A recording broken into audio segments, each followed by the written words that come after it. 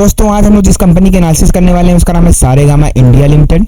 ये एक music licensing company है और आप इसका चार्ट देख पा रहे हैं दोस्तों। क्या बेहतरीन इसमें तेजी देखने को मिली और उसके बाद इसमें एक लंबा करेक्शन भी हुआ। और अच्छी बात यह है कि अब ये प्राइस एक्शन बना के ऊपर की ओर बढ़ने को तैयार है और इन दिनों इसमें वॉल्यूम भी यानी कि एक्युमुलेशन काफी ज्यादा हो रहा है, जो कि सबसे अच्छी बात है। तो यहाँ से ये निकलने को तैयार हो रहा है, तो हो सकता है इसमें बहुत ही जल्दी बहुत तेजी से रैली आए, तो उसके लिए आप तैयार रहें। लेकिन उससे पहले एक बार हम चलकर इसकी फंडामेंटल एनालिसिस देख लेते हैं, फिर इसके टारगेट की भी हम बात कर लेंगे।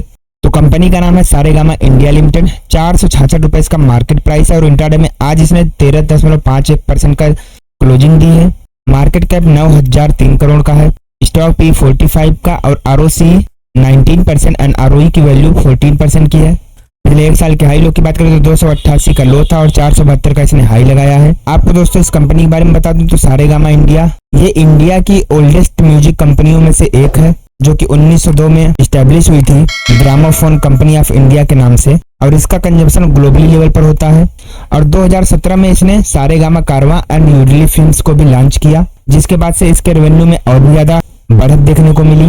ये दोस्तों इसका लाइफ टाइम चार्ट है, आप देखेंगे काफी सालों से इस स्टॉक में कुछ खास तेजी आई नहीं थी, लेकिन कोविड-19 के बाद इसमें बम्पर तेजी देखने को मिली और उसके बाद करेक्शन करने के बाद अब इसमें से फिर से तेजी बनने को तैयार हो रहा है। कंपनी के प्रोज एंड कॉन्स की बात करें तो ये स्टॉक ऑलमोस्ट डिप्ट फ्री है। पिछले 5 सालों में अगर इसके सीएजीआर की बात करें तो 29.6% की रेट से ग्रो किया है और कंपनी जो है वो 36% का बहुत ही हेल्दी डिविडेंड भी मेंटेन करके चल रहा है। वहीं पर अगर हम इसके कॉन्स की बात करें तो इसका जो वर्किंग कैपिटल है वो 119 दिन से 176 दिन पर चला गया है।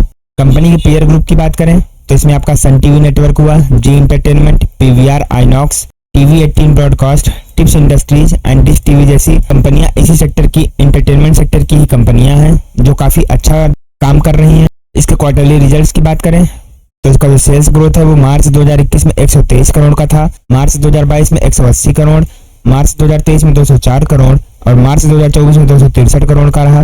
नेट प्रॉफिट की बात करें तो जहां 37 करोड़ का प्रॉफिट था मार्च 2021 में, मार्च 2022 में 48 करोड़, मार्च 2023 में 44 करोड़ और मार्च 2024 में 54 करोड़ का बहुत ही अच्छा प्रॉफिट भी देखने को मिला है।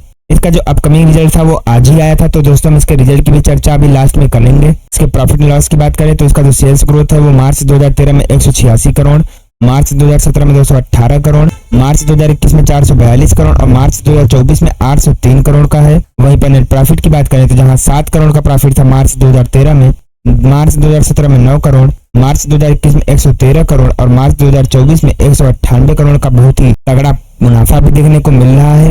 यानी कि दोस्तों इसके सेल्स में एंड नेट प्रॉफिट में काफी अच्छा जंप देखने को मिल रहा है। इसके स्टॉक के सीएजीआर की बात करें तो पिछले 10 सालों में 52% की रेट से, पिछले 5 सालों में 55% की रेट से, पिछले 3 सालों में 26% की रेट से, पिछले 1 साल में 60% का बहुत ही बेहतरीन इसका सीएजीआर बढ़ा है। यानी कि स्टॉक मार्केट में इसने काफी अच्छा रिटर्न दिया है। इसके बोरोइंग्स की बात करें तो जहां मार्च 2013 में 61 करोड़ का लोन था, मार्च 2017 में सिर्फ और सिर्फ 3 करोड़ का ही लोन रह गया और मार्च 2021 में तो 1 करोड़ का लोन रह गया और अभी मार्च 2024 तक बात करें तो कुल 5 करोड़ का लोन और है इसके ऊपर। वहीं पर अगर हम टोटल एसेट की बात करते हैं तो जहां मार्च 2013 में 245 करोड़ का एसेट था, मार्च 2017 में 480 करोड़, मार्च 2021 में 784 करोड़ और मार्च 2024 में 2034 करोड़ का बहुत ही शानदार इसके पास एसेट भी है, जिसकी तुलना में जो लोन है वो कोई खास फर्क नहीं पड़ता।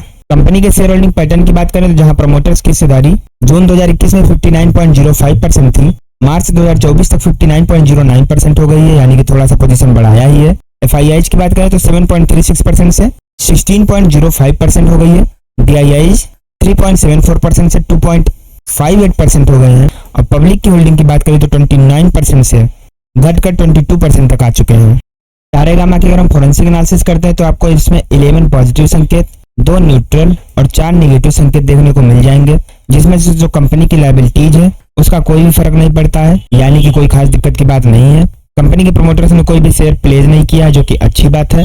रिटेल्स की होल्डिंग जो है वो कम हो रही है, जो कि बहुत ही अच्छी बात है। अदर इनकम इनकी काफी अच्छी आ रही है। डिप्रिसिएशन का प्रॉफिट पर कोई भी इफेक्ट नहीं पड़ रहा है। रेवेन्यू इनका लगातार बढ़ रहा है। आरओई पिछले 10 सालों में बढ़ा है। शेयर प्राइस पिछले 10 सालों में लगातार बढ़ा है। वर्किंग कैपिटल अंडर कंट्रोल है। कंपनी का जो डेप्ट है वो न के बराबर है। आरओसी की स्ट्रेंथ लगातार बढ़ती जा रही है और बैलेंस शीट जो है वो ज्यों का त्यों है, तो कोई खास दिक्कत की बात नहीं है। और प्रोमोटर्स की जो होल्डिंग है वो पिछले 90 डेज में स्टेबल रही है। दिक्कत की बात यह है कि कैपेक्स वर्सेस आरओसीई की बात करें तो उसमें आरओसीई थोड़ा डिक्रीज हुआ है। हिस्टोरिक वैल्यूएशन की बात करें तो पिछले 3 सालों में उतना खास नहीं रहा है। सेल्स ग्रोथ की स्पीड थोड़ी सी स्लो हुई है और मार्जिन जो है वो वोलाटाइल है। सारेगामा इंडिया की अगर हम रेवेन्यू की बात करते हैं तो उनका जो प्रोडक्ट है, license fee 59.6%, income from films and television serials 22%, sale of Carvaan 18%। Segment wise breakup करें तो म्यूजिक से 82% का, फिल्म्स एंड टीवी सीरियल से 12.3% का एंड 4.9% इवेंट से इनको रेवेन्यू आता है। सॉन्ग बाय डिकेड्स की बात करें तो आफ्टर 2000 47%, 1961 से 1980 के बीच में 28%, 1981 से 2000 वाले गानों में 20% और टिल 1960 2.6%। लोकेशन वाइज अगर ब्रेकअप करें फिल्म्स एंड टीवी सीरियल्स में तो India 75.6% and rest of the world से 24% का रेवेन्यू आता है। ऑपरेटिंग प्रॉफिट की बात करें तो म्यूजिक से 97% का and films and TV serial से 3% का। लैंग्वेज वाइज ब्रेकअप करें तो हिंदी 28%, बंगाली 20%, मराठी 5%, पंजाबी 6%, तेलुगु 7%, तमिल 9% एंड 17% अदर्स, जिसमें भोजपुरी एंड वगैरह वगैरह लोकल सॉन्ग्स वगैरह भी हैं। तो दोस्तों हम वापस से सारेगामा के चार्ट पर आ चुके हैं। आप देखेंगे क्या बेहतरीन एकदम 90 डिग्री वाली तेजी देखने को मिली थी पिछले 3-4 सालों में, और अब ये वापस से एक प्राइस एक्शन बना रहा है और यहाँ से जल्दी ये ऊपर निकलने को तैयार है। तो जैसे ये इस लेवल के ऊपर से निकलने वाला है, क्योंकि इसमें आप देखेंगे लगातार बड़े बड़े बार्स बनते जा रहे हैं, यानी कि वॉल्यूम बन रहा है, यानी कि यहाँ पर पोजीशंस लोग उठा रहे हैं। तो बहुत ही जल्दी इसमें बहुत ही तेजी से एक रैली आने वाली है जो कम से कम 550 तक जाएगी, और फिर यहाँ पर अगर प्राइस एक्शन बना के फिर से यहाँ से निकलती है तो बहुत ही जल्दी इसमें 650 और 700 वाले लेवल भी देखने को मिल जाएंगे। तो दोस्तों मेरी इसमें इन्वेस्टमेंट की कोई राय नहीं है। अगर आप करना चाहते हैं तो वो खुद की एनालिसिस करिए, उसके बाद ही कोई इन्वेस्टमेंट करिएगा, और वीडियो को लाइक करके कमेंट में जय श्री राम लिखना मत भूलिएगा।